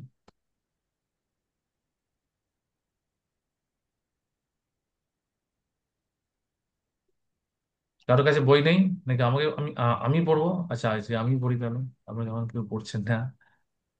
সমগ্র জীবকুলকে কৃষ্ণ ভাবনায় উন্নীত করার প্রয়াস শুধু মানব সমাজেই চলছে না, পশু সমাজেও তা বাঞ্ছনীয়। সকল জীবাত্মাই শ্রীকৃষ্ণের অংশবিশেষ হওয়া সত্ত্বেও তারা জড় জগতে চরম দুর্দশাগ্রস্ত। তাদের উদ্ধারের জন্য শ্রীকৃষ্ণের একটা বিরাট পরিকল্পনা আছে। কখনো কখনো তিনি স্বয়ং এই জড় জগতে আসেন এবং কখনো কখনো তার অত্যন্ত অন্তরঙ্গ ভক্তদের এখানে প্রেরণ করেন। কখনো কখনো ভগবত গীতার মতন উপদেশ রেখে যান। অবতার রূপে কৃষ্ণ সর্বত্র আবির্ভূত হন এবং তিনি পশু, মানব, ঋষি, এমনকি জলচরদের মধ্যেও অবতরণ করেন। তির্যং ঋষিষু ঋষিষু যাদুষু। এই শ্লোকে এই কথাটি বলা হচ্ছে। এখানে এই শ্লোকে কুন্তী মহারানী এই বিষয়টি বলছেন। হ্যাঁ, যেমন কৃষ্ণ মৎস্য অবতার রূপেও আবির্ভূত হয়েছিলেন। হুম। তো এখানে যেটা বলা হচ্ছে যে ভগবান শুধুমাত্র মানব সমাজকে নয়, পশু সমাজকেও উদ্ধার করার চেষ্টা করছেন। আমরা হরিদাস ঠাকুরের আলোচনায় শুনেছি কিভাবে হরিদাস ঠাকুর চৈতন্য মহাপ্রভু যখন জিজ্ঞেস করেছিলেন হরিদাস ঠাকুরকে যে মনুষ্যেতর জীবদের আপনি কিভাবে উদ্ধার করবেন, তখন হরিদাস ঠাকুরকে বলেছিলেন যে আপনি অলরেডি উদ্ধার করেই দিয়েছেন। তার কারণ আমরা এই যে উচ্চ স্বরে হরিনাম সংকীর্তন করি, তার মাধ্যমে ইতর মনুষ্যেতর জীবেরাও লাভবান হয় এবং তাদের কাছ থেকে যখন প্রতিধ্বনিত হয়, হরিদাস ঠাকুর বলছেন যেন তারাও সেই সংকীর্তনে অংশগ্রহণ করেন। তো এইটা হচ্ছে চৈতন্য মহাপ্রভুর আন্দোলনের বিশেষত্ব। এই জন্য চৈতন্য মহাপ্রভুর আন্দোলন ঘরে বসে সার্থক হবে না, আমাদের রাস্তায় নামতে হবে। রাস্তায় নামার সময় চলে এসেছে, সবাই রাস্তায় নামার জন্য প্রস্তুত হন। ঘরে বসে শুধুমাত্র নিজের কমফোর্ট জোনে হরিনাম করার মাধ্যমে চৈতন্য মহাপ্রভু সন্তুষ্ট হবেন। চৈতন্য মহাপ্রভু রাস্তায় নেমে হরিনাম সংকীর্তন। আমরা এখন ঘরে বসে যেটা হরিনাম করছি, সেই রাস্তায় নামার প্রস্তুতি নিচ্ছি। ঠিক আছে? আমরা 8-10 মাস ঘরে বসে হরিনাম করছি। অ্যাকচুয়ালি 10 মাস না, প্রতি মাসেই করা উচিত। অন্তত মানে আনুষ্ঠানিক ভাবে 10 মাস আমরা ঘরে বসে থাকি, 2 মাস রাস্তায় নামার পরিকল্পনা করি। ঠিক আছে? দেখতে গেলে প্রতি মাসে প্রতিদিনই রাস্তায়, প্রভুপাদ যখন ছিলেন, কৃষ্ণ ধর্ম আন্দোলন যখন শুরু হয়েছিল, তখন প্রত্যেক দিন আজকে আমি শুনছিলাম, প্রত্যেক দিন কার্যক্রম এটাই ছিল যে সকালবেলায় ভোরবেলায় ওঠা হবে, উঠবেন সমস্ত ভক্তরা, ব্রহ্মচারী, গৃহস্থ, বানপ্রস্থ, সন্ন্যাসী, সবার জন্য একই নিয়ম, একই নিয়ম। ঠিক আছে? সকলেই ঘুম থেকে উঠবে, হরিনাম মানে মঙ্গল আরতি করবে, পুরো মর্নিং প্রোগ্রাম করবে, চ্যান্টিং করবে, ভাগবতম ক্লাস অ্যাটেন্ড হবে, লেকচার শুনবে, প্রসাদম নেবে, ব্যাস, ব্যাগের মধ্যে বই নিয়ে করতাল মৃদঙ্গ নিয়ে বেরিয়ে যাওয়া রাস্তা, ব্যাস। 5 ঘন্টা কীর্তন, 5 ঘন্টা হরিনাম সংকীর্তন। এইভাবে তারা, সেই সমস্ত ভক্তরা সেই সময় এইভাবে পরিশ্রম করেছেন বলেই আজকে কিন্তু আমরা এই কৃষ্ণ ভাবনামৃত আন্দোলনের এই রমরমা অবস্থা দেখছি। এটা কিন্তু রাতারাতি তৈরি হয়নি বা ঘরে বসে কেউ আরামে আয়েসে দিন কাটিয়ে তৈরি করেনি। এরকম নয় যে ঘরে বসেছিল ভক্তরা আর বড় বড় ধনী ব্যক্তিরা এসে টাকা দিয়ে গেছে বলে এটা একদিনে এরকম হয়ে গেছে না। এই কৃষ্ণ ভাবনামৃত আন্দোলন প্রসারিত করার জন্য তারা তাদের পায়ের ঘাম মাথায় ফেলেছে। মাথা কি বলে, মাথার ঘাম পায়ে ফেলেছে, আমি বললাম ওটা। ঠিক আছে? যাকে বলে পরিশ্রম করেছে, গলদঘর্ম হয়ে পরিশ্রম করেছে দিনের পর দিন, প্রভুপাদের একটা নির্দেশকে সত্যি করার জন্য। প্রভুপাদ চেয়েছেন এটা, তাই করছে। আপনারা এটা শুনেছেন? আপনারা এটা জয়প্রকাশ সাহেব মহারাজ নিজেই বলেন, কিছু জয়প্রকাশ সাহেব মহারাজ, যে উনি একদিন বসে চ্যান্টিং করছিলেন, কলকাতার মন্দিরে ঘটনা ঘটেছে। একটু বেলা হয়ে গেছে, হ্যাঁ, 9টা, সাড়ে 9টা, 10টা বেজে গেছে, দেখছে যে হ্যাঁ, মহারাজ জব করছেন ওই কলকাতা মন্দিরের ইয়েতে বসে, টেম্পল হলে বসে। তা প্রভুপাদের রুম ওইখানে ছিল, আপনারা জানেন প্রভুপাদের রুমটা কোথায়। তো সেখান থেকে বেরিয়ে এসছে, দেখছে জগৎ মহারাজ বসে আছেন। বলছে কি ব্যাপার, তোমার চ্যান্টিং করা হয়নি, ষোলমালা কমপ্লিট হয়নি? তখন বলছেন যে হ্যাঁ প্রভাত, আমার ষোলমালা হয়ে গেছে, আমি আজকে 32 মালা চ্যান্টিং করার সংকল্প নিয়েছি। তখন প্রভাত বলেছেন যে তুমি যদি এই মন্দিরে বসে 32 মালা চ্যান্টিং করো, তাহলে প্রচার কার্যটা কে করবে? এবার তুমি 16 মালা হয়ে গেছে, এবার তুমি বেরিয়ে যাও, আমি আর মন্দিরে কাউকে দেখতে চাই না। মন্দিরে আমি কোনো ভক্তকে দেখতে চাই না। Every one should be on the street. এইটা ছিল প্রভুপাদের নির্দেশ, এবং এই জন্য আজকে আমরা যে ইসকনকে দেখছি, সেই সমস্ত ভক্তরা প্রভুপাদের কথা শুনেছিল বলে আজকে এই সিচুয়েশন এসেছে। আজকে সেটা নেই। এখন ঠিক আছে, প্রভুপাদের কৃপাতে, সেই সমস্ত ভক্তদের কৃপাতে ইসকন এমন ভাবে চলছে যে আজকে হয়তো সেভাবে করতে হয় না, কিন্তু আমাদের বুঝতে হবে গুরুত্বটা। আমাদের গুরুত্বটা বুঝতে হবে, এবং এটার গুরুত্বটা শুধুমাত্র মানব সমাজের জন্য। যেন আমরা অনেক সময় হরিনাম করি, হয়তো কেউ কোনো বইও নিল না, হ্যাঁ, কেউ হয়তো আসলোও না, আর হয়তো হরিনাম করে কিছু লাভ হলো না, না। হরিদাস ঠাকুর আর চৈতন্য মহাপ্রভুর ওই আলোচনা, যেটা চৈতন্য চরিতামৃতে আছে, আমরা এটা আলোচনাও করেছিলাম একবার জপা ক্লাসে, সেটা যদি আমরা পড়ি বুঝতে পারবো যে মনুষ্যেতর জীবেরা এই হরিনামের দ্বারা প্রচুর পরিমাণে লাভবান হয়। তারা এই সংকীর্তনের মাধ্যমে উদ্ধার পেয়েছে। সুতরাং হরিনাম কখনোই ব্যর্থ নয়, এটা আমাদের বুঝতে হবে।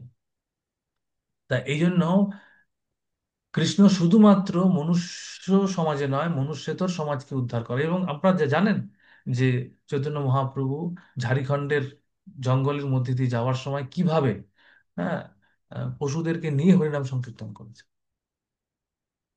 তাই জন্য কুন্তী মহারানী বলছেন যে আপনার লীলা হৃদয়ঙ্গম করা অত্যন্ত কঠিন, এটা বোঝা সম্ভব নয়।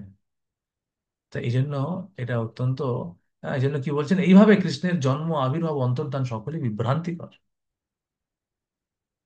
ঠিক আছে, কিভাবে ভগবান মৎস্য অবতার হচ্ছে, ভগবান কুর্ম অবতার হচ্ছেন, ভগবান বরাহ অবতার নিচ্ছেন।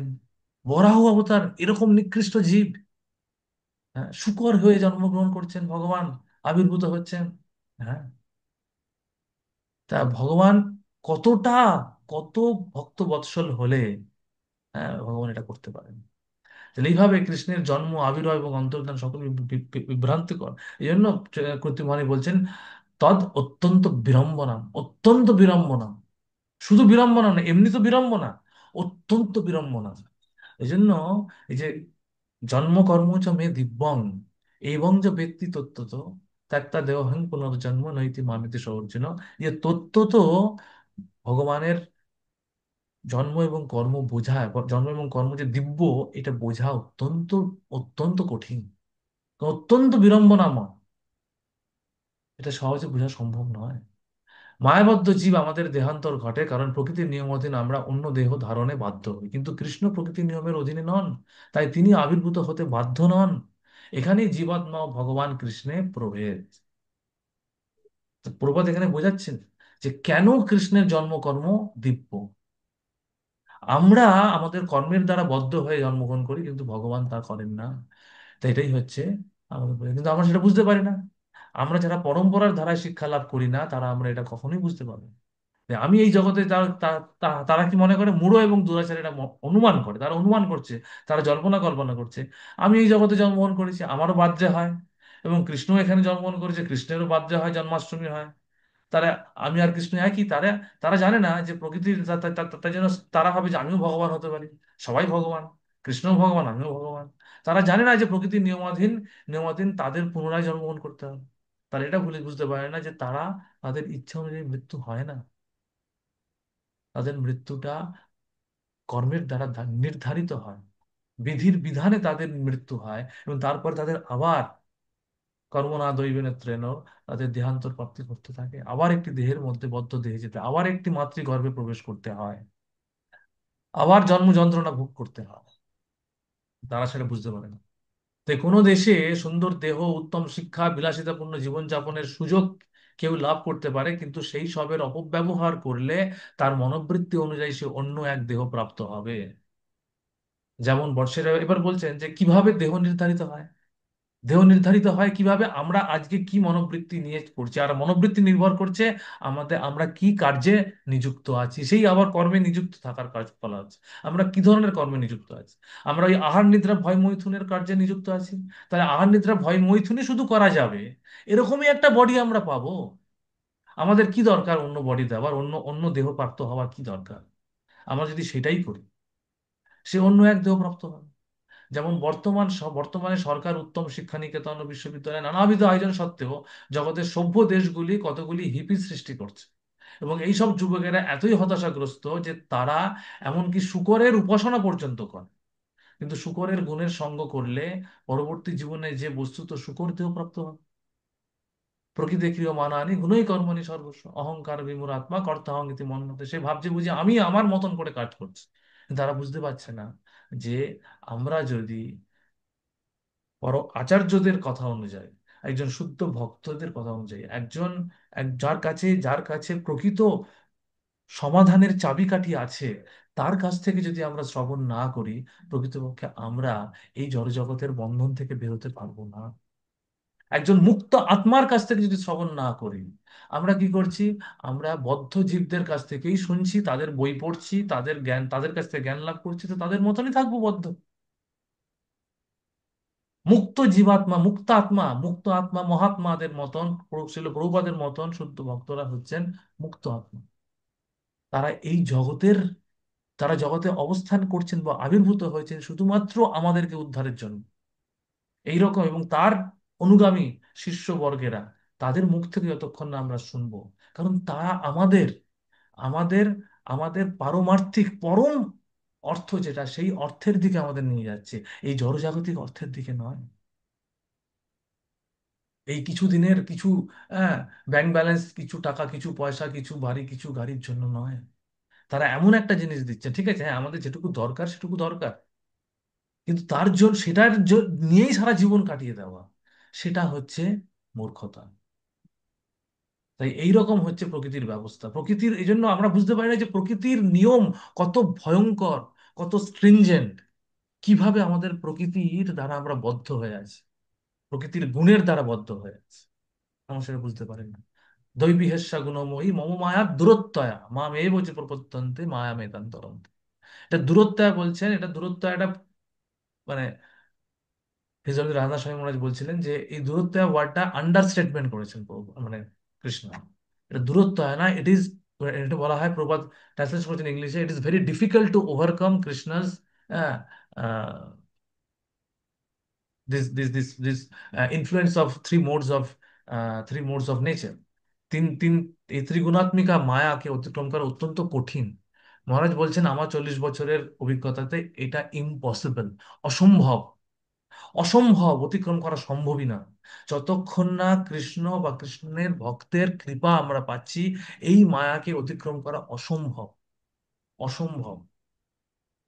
দূরত্ব না, এটা ডিফিকাল্ট নয়, ইট ইজ ইম্পসিবল। ডিফিকাল্টকে কেউ কেউ চেষ্টা করে পসিবল করতে পারে, কিন্তু ইট ইজ ইম্পসিবল। এই জন্য একমাত্র সলিউশন হচ্ছেন মাম এব যে প্রপদ্যন্তে, এব যে, অনলি অ্যান্ড অনলি যে কৃষ্ণের শরণাগত হচ্ছে, সেই একমাত্র হতে পারে। আর কৃষ্ণের শরণাগতি যেটা আমি বললাম, সরঙ্গ শরণাগতি হইবে যাহার, হ্যাঁ, নন্দকুমার তারই প্রার্থনা শুনবে, ভক্তিমান ঠাকুর দিয়েছেন। এই সরঙ্গ শরণাগতি হচ্ছে না, তো আমাদের প্রার্থনা শুনবে কি করে? আমরা শরণাগত হয়ে যখন আমরা হরিনাম করব, তখন সেই প্রার্থনা ভগবান শুনবে। আমরা শরণাগতির মাধ্যমে ভগবানকে প্রমাণ করতে হবে যে আমি সত্যি সত্যি মাম এব প্রপদ্যন্তে, আমি শুধুমাত্র আপনার প্রপত্তি করতে চাই, আর অন্য কোনো কিছুর আশ্রয় নিতে চাইছি না। তখন ভগবান আমাদের প্রতি সদয়। অত সোজা নয়, অত সোজা নয়। কিন্তু হ্যাঁ, এটা সোজা কিভাবে? যদি আমরা অ্যাজ ইট ইজ শুনি, আমি যদি প্রভুপাদ যা বলেছেন সেটাই করি, তার বাইরে এদিক ওদিক কিছু না, এপাশ ওপাশ কিছু না তাকিয়ে প্রভুপাদের নির্দেশ অনুযায়ী চলতে থাকি, তাহলে সম্ভব, তাহলে সহজ কথা, সহজ বিষয়, কিছুই এমন কিছু কঠিন বিষয় না। হ্যাঁ? সেদিনকে আমি শুনছিলাম ভিজনের লোকনাথ স্বামী মহারাজের লেকচার শুনছিলাম বৃন্দাবনে বসে। বৃন্দাবনে প্রভুপাদের তিরোভাব তিথির আগের দিন দারুণ লেকচার দিয়েছেন। আপনারা যদি পারেন রেকর্ডিংটা শুনতে পারেন, ইংলিশে লেকচারটা যদিও, অসাধারণ। আমি একদম সামনে বসে শোনার সুযোগ পেয়েছিলাম, বৃন্দাবনে ছিলাম। তো একটা কথা আমার দারুণ লাগলো, প্রভুপাদের সঙ্গে ওনার ইন্টারাকশন, কি কি সেবা করেছেন, কিভাবে তিনি কানেক্ট হয়েছেন, অসাধারণ। লোকনাথ স্বামী মহারাজ ওনার শরীর মানে অত্যন্ত কাশি ছিল, স্পন্ডেলাইটিস মনে হয় হয়েছে, গলার ইয়ে বসে মানে বাধা ছিল এখানে, কষ্ট করেই বলছিলেন। কিন্তু এত সুন্দর বললেন। একটা কথা আমার খুব মনে হচ্ছে, মনে মনে পড়ছে, আর না করিও মনে আশা। প্রভুপাদ ওনাকে একটা কথা বলেছেন। উনি প্রভুপাদের জন্য জুহুতে উনি কীর্তন করতে যেতেন, মানে প্রভুপাদের শেষের সময়, সে সময় অসুস্থ থাকতেন। তা ওনার কাছ থেকে ওনার কীর্তন করতে ওনাকে ডেকেছিলেন। তা কীর্তন করে খুশি হয়েছিলেন। কথা অন্য অনেক কিছু আছে, আমি আর ডিটেলসে যাচ্ছি না, আপনারা লেকচারটা পারলে শুনে নেবেন। বৃন্দাবন, ইসকন বৃন্দাবনে থাকবে ওটা। এবং আমি তারিখটা বলে দিচ্ছি, তারিখটা হচ্ছে 24শে অক্টোবর। 24শে অক্টোবর ইসকন বৃন্দাবনের শুক্রবার ছিল, শনিবার ছিল 25শে অক্টোবর প্রভুপাদ তিরোভাব তিথি ছিল। 24শে অক্টোবরের লেকচার থাকবে, আপনারা শুনে নিতে পারবেন। দারুণ lecture, is very inspiring lecture.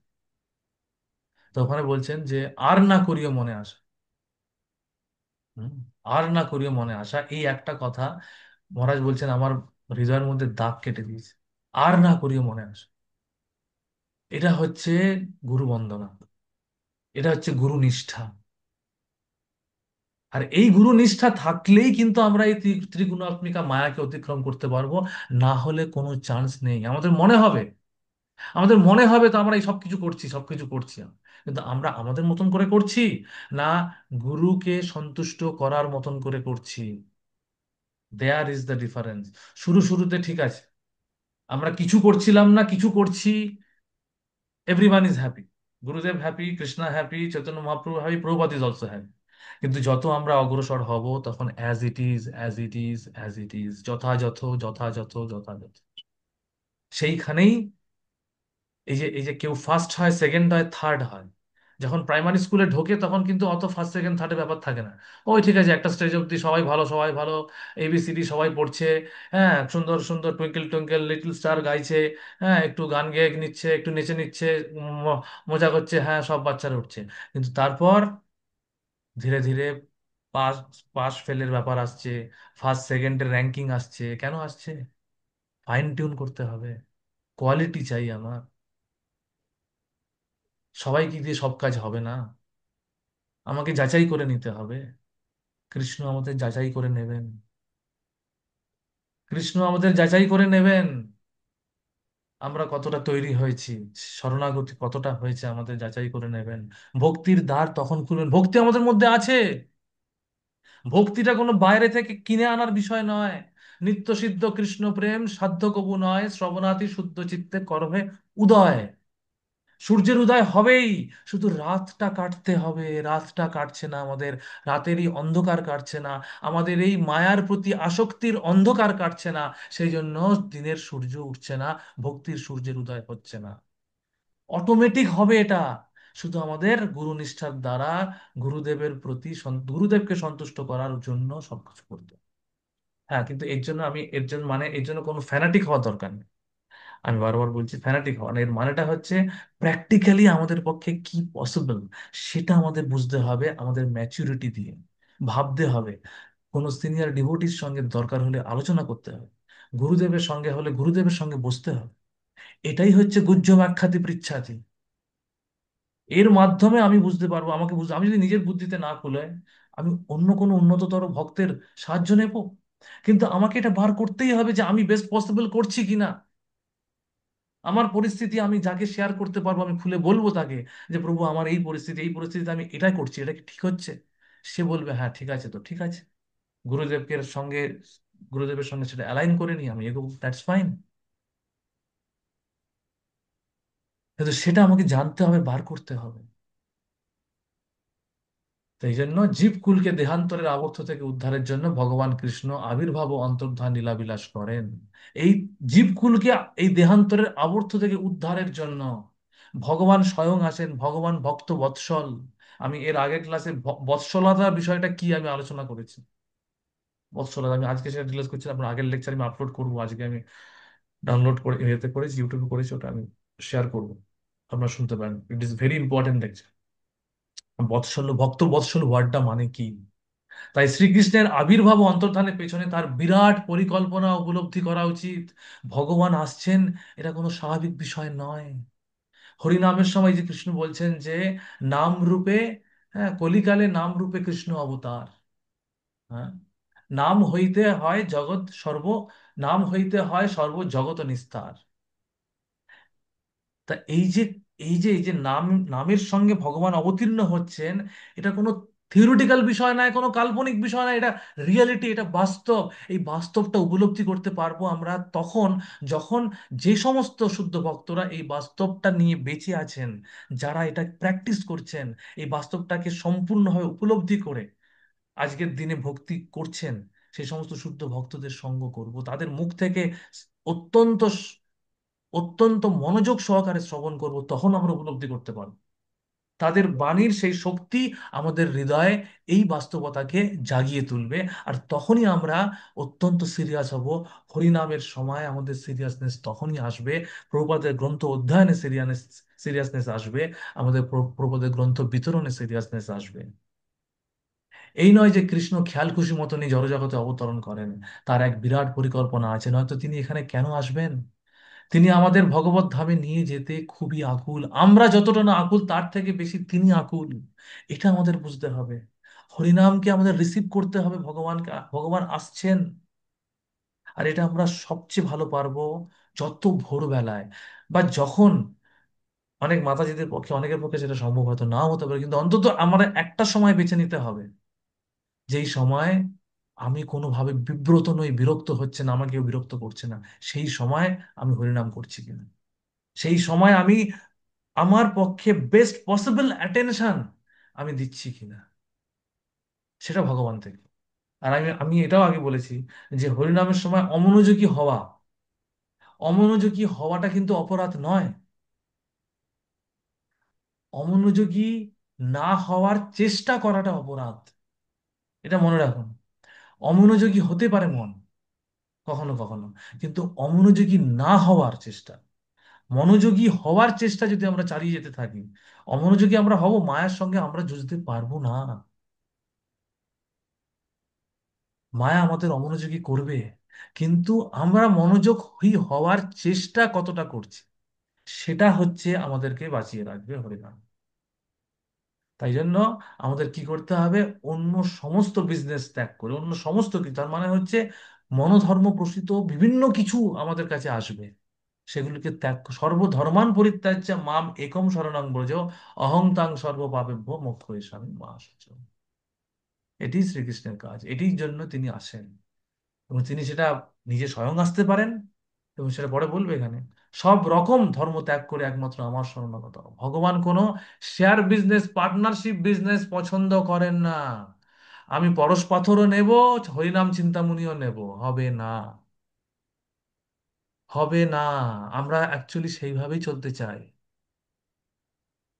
একটা এসকালেটার উপরের দিকে উঠছে, একটা এসকালেটার নিচের দিকে নামছে, দু দুটো এসকালেটারে পা দিয়ে আমরা কোথাও যেতে পারবো না। প্র্যাকটিক্যালি ভাবুন, কোথাও যেতে পারবো না। হ্যাঁ, এর মানে এটা নয় যে আমরা কৃষ্ণের জন্য ধন দৌলত উপার্জন করব না। এটার মানে হচ্ছে আসক্তি। আমি দু পায়ে দাঁড়ানোর মাধ্যমে বলতে চাইছি, আমাদের আসক্তি, দুই দিকেই আসক্তি থাকলে আমরা পারবো না, কোনো দিকেই যেতে পারবো না, কিছুই হবে না। আসক্তিটা থাকতে হবে ভগবানের চরণের প্রতি। আর তার জন্য কোটি কোটি পরশ পাথর আমি যদি ভগবানের জন্য লাগাই, সেটা হচ্ছে আমার শরণাগতির বেস্ট পসিবল ভার্সন। তা আমি আমার শরণাগতি, আমি আমার বেস্ট পসিবল দিচ্ছি কিনা, সেটা হচ্ছে শরণাগতি। কেউ কাউকে অনুকরণ করতে হবে না। উনি এরকম করছেন মানে আমাকে এটা করতে হবে না। প্রত্যেকের জীবন আলাদা, প্রত্যেকের পরিস্থিতি আলাদা, প্রত্যেকের সঙ্গে প্রত্যেকের জীবন আলাদা, প্রত্যেকে ইন্ডিভিজুয়াল। কিন্তু আমি আমার অ্যাজ এ ইন্ডিভিজুয়াল আমি বেস্ট পসিবল দিচ্ছি কিনা, সেটা হচ্ছে কথা। না, আমি তোমাকে সব রকম পাপ কর্ম থেকে, এবং তখনই সব রকম পাপ কর্ম থেকে আমরা উদ্ধার পাবো। তার জন্য তুমি উদ্বিগ্ন হয়েও না। কিন্তু আমরা উদ্বিগ্ন হই, আমার কাছে যদি পরস্পর না থাকে, তাহলে আমার কি হবে ভবিষ্যতে, আমায় কে দেখবে? ওইটা হচ্ছে আসক্তি, ওইটা হচ্ছে উদ্বিগ্নতা। আর এটাই আমাদের শরণাগতির পক্ষে বাধা। ভগবান জানেন যে আমরা উদ্বিগ্ন হব, সেই জন্যই ভগবান এখানে বলেছেন মা শুচো। আমি যত দিন যাচ্ছে বুঝতে পারছি মা সূচক কেন ব্যবহার করেছেন এখানে, কিন্তু এখানে শেষ হয়ে যেতে পারতো। সর্বধর্মাং পরিত্যাজ্য মামেকং শরণং ব্রজ অহং তং সর্ব পাপেভ্যো মোক্ষয়িষ্যামি। শেষ, কমপ্লিট হয়ে গেল। এখানে সেন্টেন্স কমপ্লিট। সব রকম ধর্ম ত্যাগ করে একমাত্র আমার শরণাগত হও, আমি তোমাকে সব রকম পাপ কর্মের ফল থেকে উদ্ধার করবো। শেষ। উদ্বিগ্ন হয়েও না কথাটা কেন যোগ করলেন? কারণ ভগবান জানেন আমরা উদ্বিগ্ন হব, ভগবান জানেন আমরা ভগবানের কথাতেই সন্দেহ করব। আমরা হ্যাঁ, আহ, মোবাইলের ইউটিউবারদের কথায় সন্দেহ করব না, আমরা রিলে সন্দেহ করব না, শর্টসে সন্দেহ করব না, আমরা ভগবানের কথাতে সন্দেহ করব। সেই জন্য বলছেন উদ্বিগ্ন হয়ে। আমরা ভগবানের কথাতে সন্দেহ করে ওইখান থেকে আমরা জ্ঞান অর্জনের চেষ্টা করছি। এটা হচ্ছে আমাদের দুর্ভাগ্য। আমরা সকলেই ভগবানের শ্রীকৃষ্ণের সন্তান এবং জড় শরীর গ্রহণের ফলে পুনঃ পুনঃ জন্ম মৃত্যু জরা ও ব্যাধির জন্য আমরা অসুখী হওয়ায় তিনি আমাদের অপেক্ষা বেশি অসুখী। এই এই লাইনটা শুধু মনে রাখুন, তিনি আমাদের অপেক্ষা বেশি অসুখী। আমরা এই জন্ম মৃত্যু জরা ব্যাধির মধ্যে অসুস্থ অবস্থায় আছি দেখে তিনি বেশি অসুখী। আজকে বাড়িতে বা আমাদের বাড়িতে আমাদের শরীর খারাপ হলে আমরা যতটা না অসুখী হই, আমাদের ছেলেমেয়েরা অসুস্থ হলে তার থেকে বেশি অসুখী হয়। যারা যারা বাবা মা আছেন তারা এটা প্র্যাকটিক্যালি এক্সপিরিয়েন্স করেছেন। আর এখানে প্রভুপাদ কৃষ্ণের ক্ষেত্রে সেটা বলছেন যে আমাদেরই অবস্থা দেখে কৃষ্ণ অসুখী। তা কৃষ্ণকে আমরা অসুখী রাখবো কি রাখবো না, সেটা আমাদের উপর ডিপেন্ড করছে। আমরা এই জন্ম মৃত্যুর জরাব্যাধি থেকে বেরোনোর জন্য সত্যি সত্যি চেষ্টা করব কি করব, তার মাধ্যমে কৃষ্ণ সুখী হবে, তার মাধ্যমে আমাদের গুরুদেব সুখী হবে, তার মাধ্যমে সেটা প্রভুপাদ সুখী হবে। জড় শরীর ধারণকারী আমাদের অবস্থা আদৌ সুখবাহ নয়, কিন্তু আমরা এমনই মূঢ় দুরাচার যে এই সমস্যা সমাধানে আমরা যত্নবান নই। জীবনের অনিত্য সুখের আয়োজনে আমরা প্রয়াসী, কিন্তু জন্ম মৃত্যু জরা ব্যাধির প্রকৃত দুঃখকে আমরা উপেক্ষা করছি। এটাই হচ্ছে আমাদের দুর্ভাগ্য। জন্ম মৃত্যু জরা ব্যাধির চক্র থেকে বেরোনোর যে পন্থা, সেই পন্থাটাকে আমরা ডিপ্রায়োরিটাইজ করছি, অগ্রাধিকার না দিয়ে জন্ম মৃত্যু চক্রে থাকার আয়োজনটাকে বাড়াচ্ছি। অন্তত আমি এটা আমার নিজের দিক থেকে বলছি, আমার নিজের শুদ্ধিকরণের জন্য বলছি। আমার অবস্থাটা এখনো সেরকম হয়ে আছে। এই জন্য এই ধরনের বই, বুদ্ধিমানের শিক্ষার মতন বই পড়ার সুযোগ আহ, পাওয়াতে আমার নিজের উপকার হচ্ছে। তো এইগুলি হচ্ছে আমাদের অজ্ঞতা এবং আমাদের মূঢ়তা। তাই এই অজ্ঞানের অন্ধকার থেকে জাগ্রত করে ভগবত ধামে নিয়ে যেতে কৃষ্ণ আগমন করেন। তা কৃষ্ণের আগমনের কারণ এখানে তিনি বলছেন কৃষ্ণ আমাদের অসুখী অবস্থা দেখে তিনি থাকতে পারছেন না। তাই তিনি হয় নিজে আসেন, আমরা সেখানে দেখলাম, হয় নিজে আসেন, নয় ভগবত গীতা এসে তিনি ভগবত গীতা দিয়ে যান। এসে তিনি শিক্ষাষ্টকম দিয়ে গেছেন 500 বছর আগে, চৈতন্য মহাপ্রভু স্বয়ং এসে। শিক্ষাষ্টমের একটা লাইন যদি আমরা ভালো করে বুঝে নেই, আমরা ভগবত ধামে যাওয়ার যোগ্য হয়ে যাব। আমরা জন্মমৃত্যু চক্র থেকে বেরিয়ে যাবে। একটা শব্দ যদি আমরা ঠিক মতন বুঝে নেই, একটা শব্দ, সবটা বুঝতে তো পারবো না, সবটা বোঝার অধিকারও আমাদের নেই, শক্তিও নেই। একটা শব্দ, প্রথম 4টে শ্লোক, প্রথম 3-4টে শ্লোকও যদি আমরা কিছুটা বুঝে বুঝে যাই, ভগবান দিয়ে গেছেন, হরিনাম দিয়েছেন, প্রভুপাদের মতন শুদ্ধ আচার্যদের দিয়েছেন, প্রভুপাদের মতন শুদ্ধ আচার্যদের অনুগামী গুরুবর্গদের আমাদের উপহার হিসেবে আমরা পেয়েছি। আমরা অনেক স্বীকৃতি, আমি গতকাল ক্লাসে বলছিলাম, অনেক স্বীকৃতির ফলে এই ইসকনের মতন একটি বোনাফাইড প্রামাণিক ফুল প্রুফ একটা অর্গানাইজেশনের সঙ্গে যুক্ত হতে পেরেছি, একটা পরম্পরার সঙ্গে যুক্ত হতে পেরেছি। এই গোল্ডেন, এই এই সুবর্ণ সুযোগ যেন আমরা হেলায় না হারিয়ে ফেলি, সেটা হচ্ছে একমাত্র আবেদন। শিল প্রভুপাদের এই আবেদন যেন আমরা ভুলে না যাই। শিল প্রভুপাদ কি যায়, গৌরভক্ত বৃন্দ কি যায়। হরে কৃষ্ণ কৃষ্ণ কৃষ্ণ হরে হরে, হরে রাম রাম হরে হরে। রাম রাম রাম হরে হরে। একটু ওভার টাইম হচ্ছে, 10 মিনিট। কারো কোনো প্রশ্ন থাকলে সংক্ষেপে কিছু নিতে পারি, নাহলে আমরা এখানে শেষ করবো। হরে কৃষ্ণ। আনমিউট করে কোনো প্রশ্ন জিজ্ঞেস করতে পারে, কারো কোনো প্রশ্ন?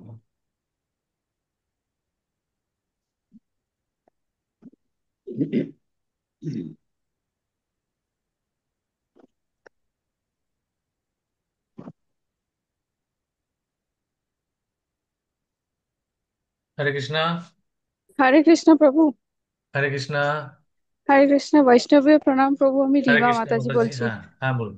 বলছি প্রভু, প্রশ্ন নেই, কিন্তু আজকের ক্লাসটা খুব ভালো লাগলো, খুব দারুণ হয়েছে একদম। আর আপনাকে হচ্ছে, আমাদের তো ডিস্ট্রিবিউশন স্টার্ট হবে, তো এটা একটা রিকোয়েস্ট আমাদের সবার তরফ থেকে, আপনি যদি একটু থাকতেন এই বছরও।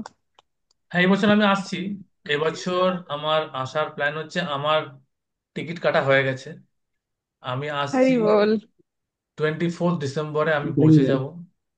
ওকে, 24 ডিসেম্বরে আমি পৌঁছাচ্ছি। আমি থাকবো, আবার ওখান থেকে ফিরবো হচ্ছে 3 তারিখ, 3rd জানুয়ারি।